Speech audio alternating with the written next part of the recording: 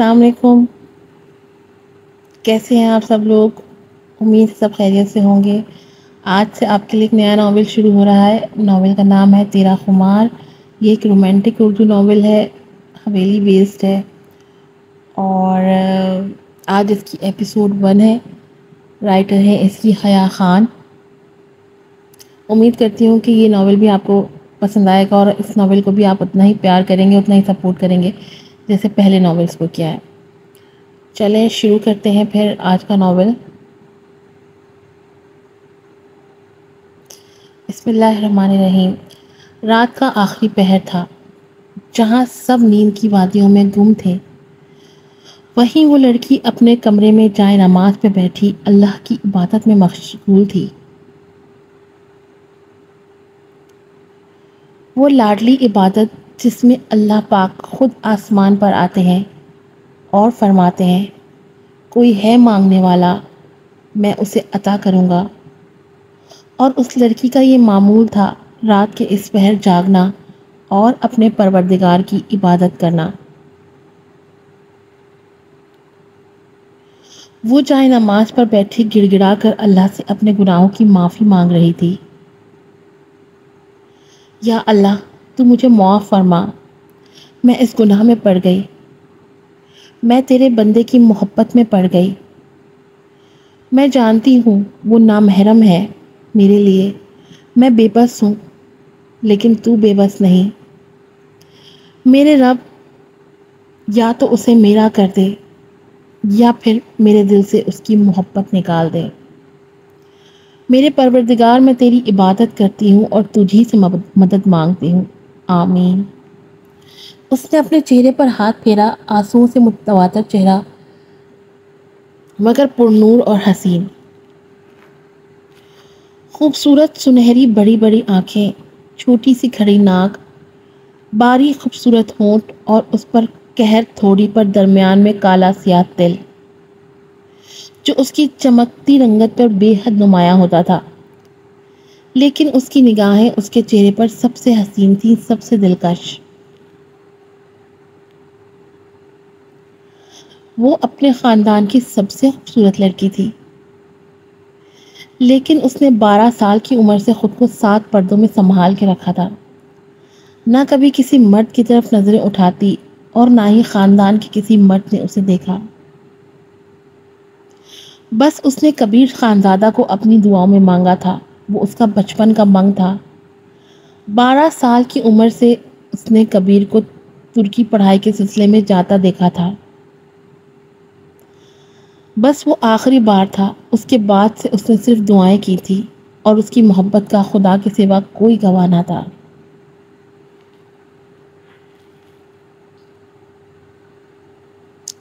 وہ جائے نماز سے اٹھی اور قرآن پاک کی تلاوت کی. فجر کی اذان ہوئی، نماز پڑھی، پھر اپنے دیگر کاموں میں مشغول ہو گئی.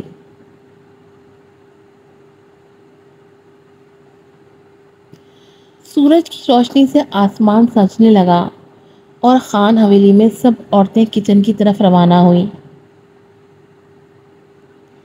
عبدالغفار خانزادہ، جن کے 3 بیٹے اور 1 بیٹی تھی. بڑے بیٹے برہان خانزادہ، پھر ایک بیٹی اسمارہ خانزادہ، دوسرے بیٹے رضوان خانزادہ اور تیسرے بیٹے رحمان خانزادہ. برہان خانزادہ کے 2 بیٹے اور 1 بیٹی تھی. بڑا بیٹا کبیر خانزادہ، جس کی عمر 26 سال تھی، اور چھوٹا بیٹا فردان خانزادہ، جس کی عمر 25 سال، اور ان کی چھوٹی بیٹی اسرا خانزادہ جو 17 سال کی تھی. رضوان خانزادہ کی بس ایک بیٹی نرمین خانزادہ، جس کی عمر 21 سال تھی. اس کے بعد اللہ نے انہیں کوئی اولاد نہ دی، اور نہ ماں باپ نے شکوہ کیا، بلکہ وہ اللہ کے شکر گزار تھے کہ اللہ نے انہیں اتنی نیک بیٹی سے نوازا.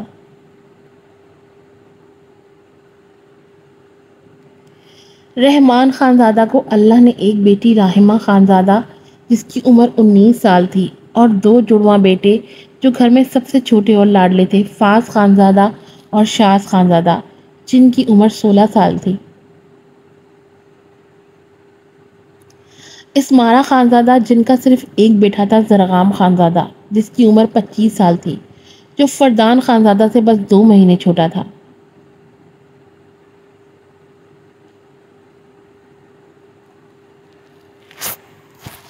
سب مرد حضرات ناشتہ کر کے گاؤں کے کسی کام سے نکل گئے تھے اور فردان خانزادہ بھی ڈیرے پر تھا، لیکن دادا جان عبد الغفار خانزادہ سربراہی کرسی پر ابھی بھی بیٹھے تھے اور سب جانتے تھے کہ وہ اپنی لاڈلی کے ساتھ ہی ناشتہ کریں گے۔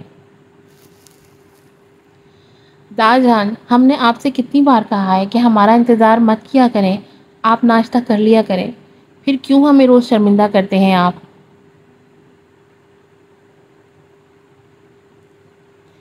نرمین یہ کہتی دادا جان کے برابر میں آ بیٹھی، دھیما لہجہ، خوبصورت آواز، بالکل اپنے نام کی طرح نرم اور نازک۔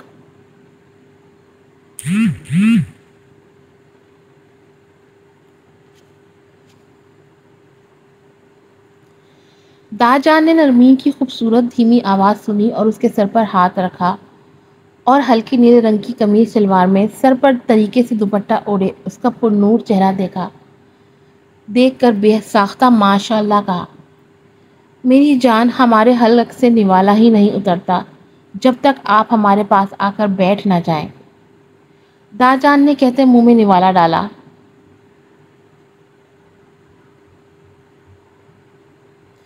فاض اور شاز نے آتے ہی ادھم مچا ڈالا، مورے جلدی سے ناشتہ لے آئے، ہمارے پیٹ کے سارے جانور جاگ چکے ہیں۔ پیچھے سے رحمہ نے آ کر دونوں کا ایک ایک کان مروڑا، تم دونوں کو آخر کب بھوک نہیں لگتی؟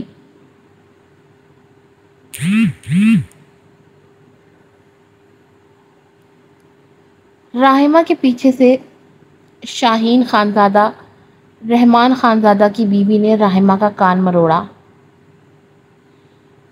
چھوڑو میرے بیٹوں کو، کتنی بار کہا ہے کہ ان کے کھانے پر مت ٹوکا کرو۔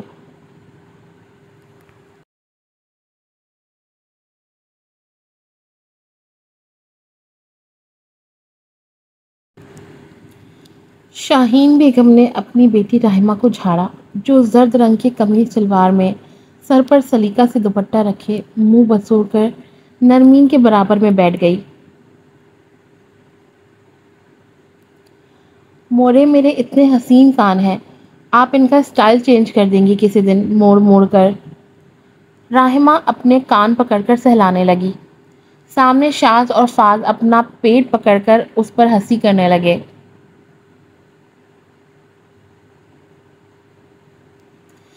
رحمہ خانزادہ بھی خوبصورتی میں بے مثال تھی، وہ چھوٹی مگر خوبصورت کالی گہری آنکھیں جن میں سرما ڈال کر وہ انہیں مزید حسین بنا لیا کرتی تھی، لمبی کھڑی ناک اور بھرے بھرے ہونٹ، وہ بہت خوبصورت تھی اور اس کے لیے اللہ نے اس کے جیسا ہی کوئی خوبصورت مرد رکھا ہوگا، یہ اس کے خود کے الفاظ تھے۔ فطرتی وہ بے باک تھی، سب سے تیز جو برا لگتا کہہ دیتی، لیکن کردار کی اتنی کھری کہ اپنے خوبصورتی پر ناز کے باوجود کبھی کسی حرام تعلق میں نہ پڑی۔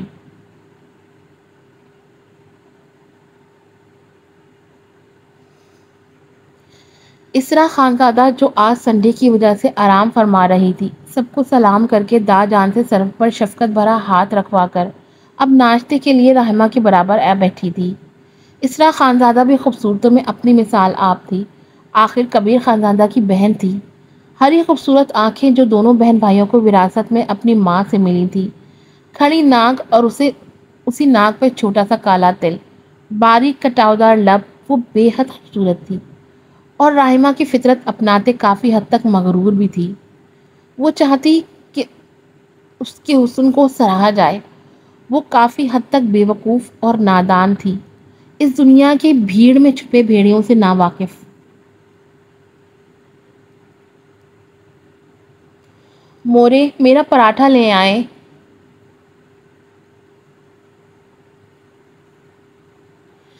شاہانہ خانزادہ، برہان خانزادہ کی بیوی اور نازو خانزادہ، رضوان خانزادہ کی بیوی بھی پراٹھے لے کر وہیں آ بیٹھی۔ دادی جان وفات پا گئی تھی 5 سال پہلے۔ دادا جان نے اپنے خوشیوں سے بھرا گھر دیکھ کر دل ہی دل میں سب کی نظر اتاری۔ نرمین ہمیشہ سے ان کے دل کے قریب رہی تھی، بلکہ گھر کے سبھی افراد کے دل میں نرمین کا ایک الگ ہی مقام تھا۔ جب نرمین 7 سال کی تھی تبھی سے داجان نے اس کا رشتہ کبیر سے جوڑ دیا تھا۔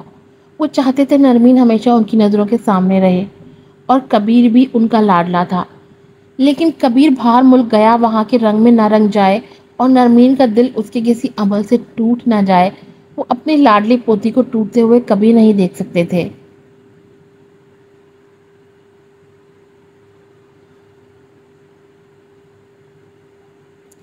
یہ ڈر آج کل ان کے دل میں پنجے گاڑ کر بیٹھا ہوا تھا، جو کتنا سچ ہوگا یہ تو وقت ہی بتائے گا۔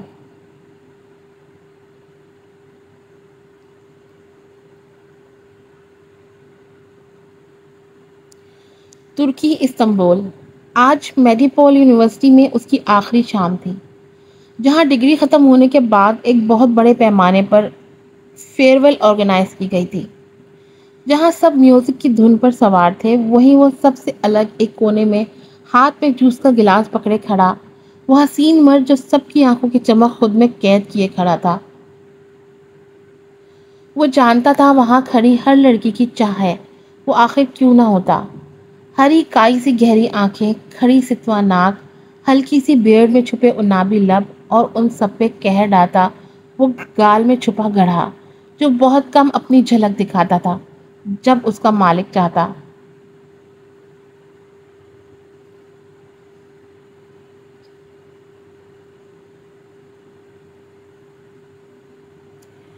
آج کے تھیم کے مطابق وہ بلیک پینٹ کے ساتھ ڈارک بلیو کلر کی شرٹ پہنے، سلیوز کونی تک فولڈ کیے، بلیک ہی شوز پہنے، ہاتھ میں رولیکس کی برانڈڈ واچ پہنے، ونڈو کے پاس کھڑا جوس پینے میں مصروف تھا کہ اسے اپنے عقب سے اپنے نام کی آواز آئی۔ کبیر خانزادہ، لگتا ہے جس غرور سے آپ یہاں آئے تھے ویسے ہی یہاں سے چلے بھی جائیں گے۔ آپ کو نہیں لگتا کہ آپ کو ایک خوبصورت لڑکی کے ساتھ اپنی اس حسین شام کا اختتام کرنا چاہیے؟ وہ جیسے ہی پلٹا، ایک خوبصورت لیکن تنگ کپڑوں میں کھڑی لڑکی اس سے مخاطب تھی۔ کبیر نے سپاٹ نظروں سے اس کا جائزہ لیا اور ناگواری سے سر جھٹکا اور دوبارہ اپنے سابقہ کام میں مشغول ہو گیا۔ اس لڑکی سے اپنی بے عزتی برداشت نہ ہوئی تو اس نے بے ہوشی کا ناٹک کیا اور کبیر کے بازو سے ٹکراتی کہ کبیر، جو اس کی خرافات سے واقف تھا، پھرتی سے اس کا ہاتھ پکڑ اور پیچھے موڑ اس کی آنکھوں میں اپنی سرد ہری آنکھیں گاڑی تو اس لڑکی کو اپنے چاروں طرف وحشتوں کا سما محسوس ہوا۔ ہاتھ میں اٹھتا درد بتا رہا تھا کہ اس حسین مرد کو لڑکی کی یہ حرکت پسند نہیں آئی تھی، لیکن وہ پھر بھی نڈر بنی اس کی آنکھوں میں آنکھیں ڈالی بولی تھی،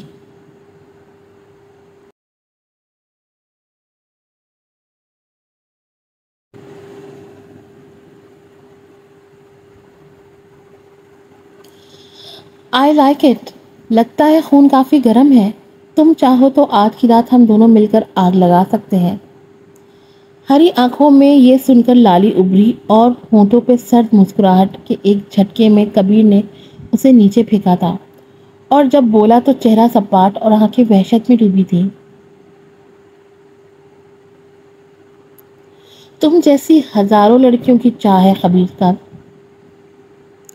تم جیسی ہزاروں لڑکیوں کی چاہ ہے کبیر خانزادہ، لیکن میری نظر میں ایسی لڑکیوں کی اوقات پتہ ہے کیا ہے؟ نیچے گری ہوئی ایک بیکار شے جسے میں نظر بھر کر دیکھنا بھی پسند نہیں کرتا۔ اپنی قربت پیش کرنا تو بہت دور کی بات ہے۔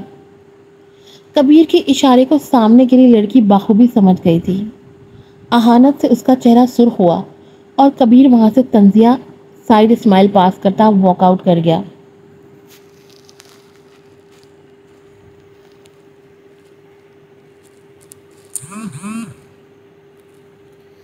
فردان بابا، آپ سے گاؤں کے کچھ لوگ بات کرنے آئے ہیں۔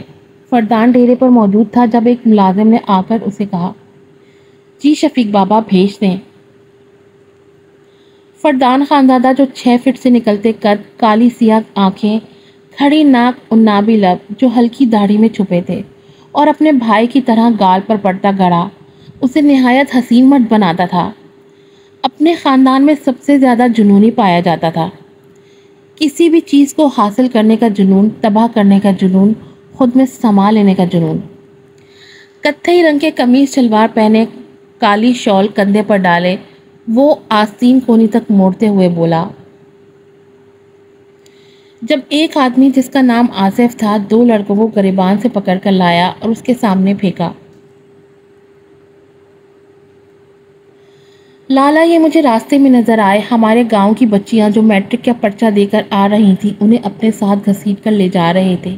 میری نظر پڑ گئی، ورنہ آج 2 پھول تباہ ہو جاتے۔ آصف غصے میں بولا کہ فردان کا خون کھول اٹھا۔ وہ ان آدمیوں کے پاس آیا اور جھکا، ایک ہاتھ سے ایک آدمی کا گریبان پکڑتے دوسرے کو لات ماری اور اپنے جوتے کی نوک اس کے سینے پر رکھ کر دباؤ دیا کہ وہ دونوں فردان کی وحشت سے کانپ اٹھائے۔ انہوں نے آج تک صرف سنا تھا کہ فردان خانزادہ جنونی ہے ہر چیز میں، اور آج ان کا اس سے پالا پڑا تھا تو تھر تھر کانپ رہے تھے۔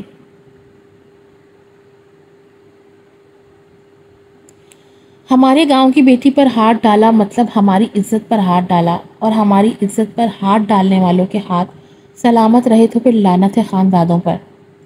فردان کی آنکھیں سرخ اور وحشت سے بھری تھیں کہ وہ دونوں آدمی اس کے پیروں میں گر کر گڑ گڑانے لگے، لیکن معافی وہ بھی اس فعل کی، یہ ناممکن تھا۔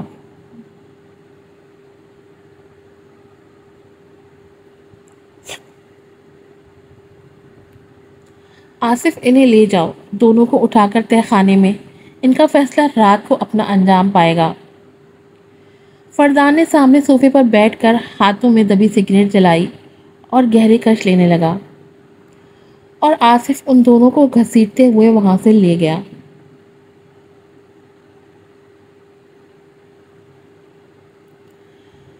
اچھا شبانہ بھابھی، یہ تو بہت ہی اچھی بات ہے کہ ہمارا کبیر کل واپس آ رہا ہے، مجھے بہت خوشی ہوئی۔ آپ فکر نہ کریں کسی چیز کی، سب کام ہو جائیں گے۔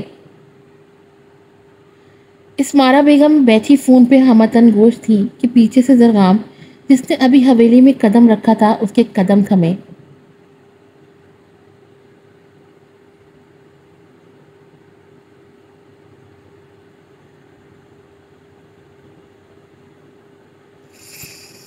زرغام کو ہمیشہ سے ہی کبیر سے چڑ تھی، کیونکہ خاندان کے مردوں میں ہمیشہ کبیر کو اوپر رکھا جاتا تھا، ہر چیز کی چھوٹ اسے تھی۔ باہر جانا جس کی اجازت زرغام تک کو نہیں ملی تھی لیکن کبیر کے بے حد منانے سے اسے مل گئی تھی۔ وہ ہر چیز میں ہمیشہ زرغام سے اوپر رہا تھا جو زرغام کو نہیں پسند تھا۔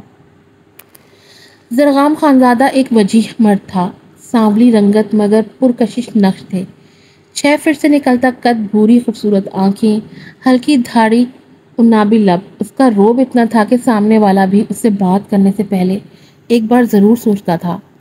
وہ جب کہیں سے گزرتا تو سامنے والا ایک بار مڑ کر اسے ضرور دیکھتا۔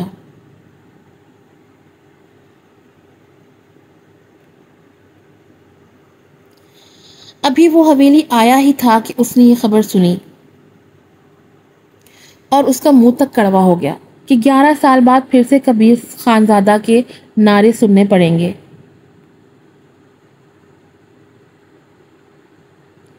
مورے مورے، بعد میں باتیں کریے گا، پہلے مجھے کھانا دے، بے حد بھوک لگی ہے مجھے۔ چلیں شہانہ بھابھی، میں آپ سے بعد میں بات کرتی ہوں۔ زرغام اتنے بڑے ہو گئے ہو، کسی ملازم سے کہہ دیتے، وہ کھانا لگا دیتا، لیکن نہیں، ماں ہی کھلائے ابھی بھی۔ آپ کو پتہ ہے نا مورے، میں آپ کے ہاتھ سے ہی کھانا لیتا ہوں، پھر اس بات کا کیا مقصد؟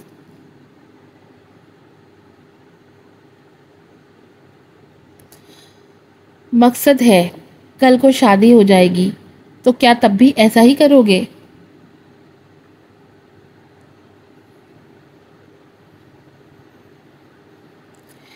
زرغام کی آنکھوں میں چھن سے کسی کا سراپا لہرایا اور نوالا منہ تک جاتے جاتے رکا۔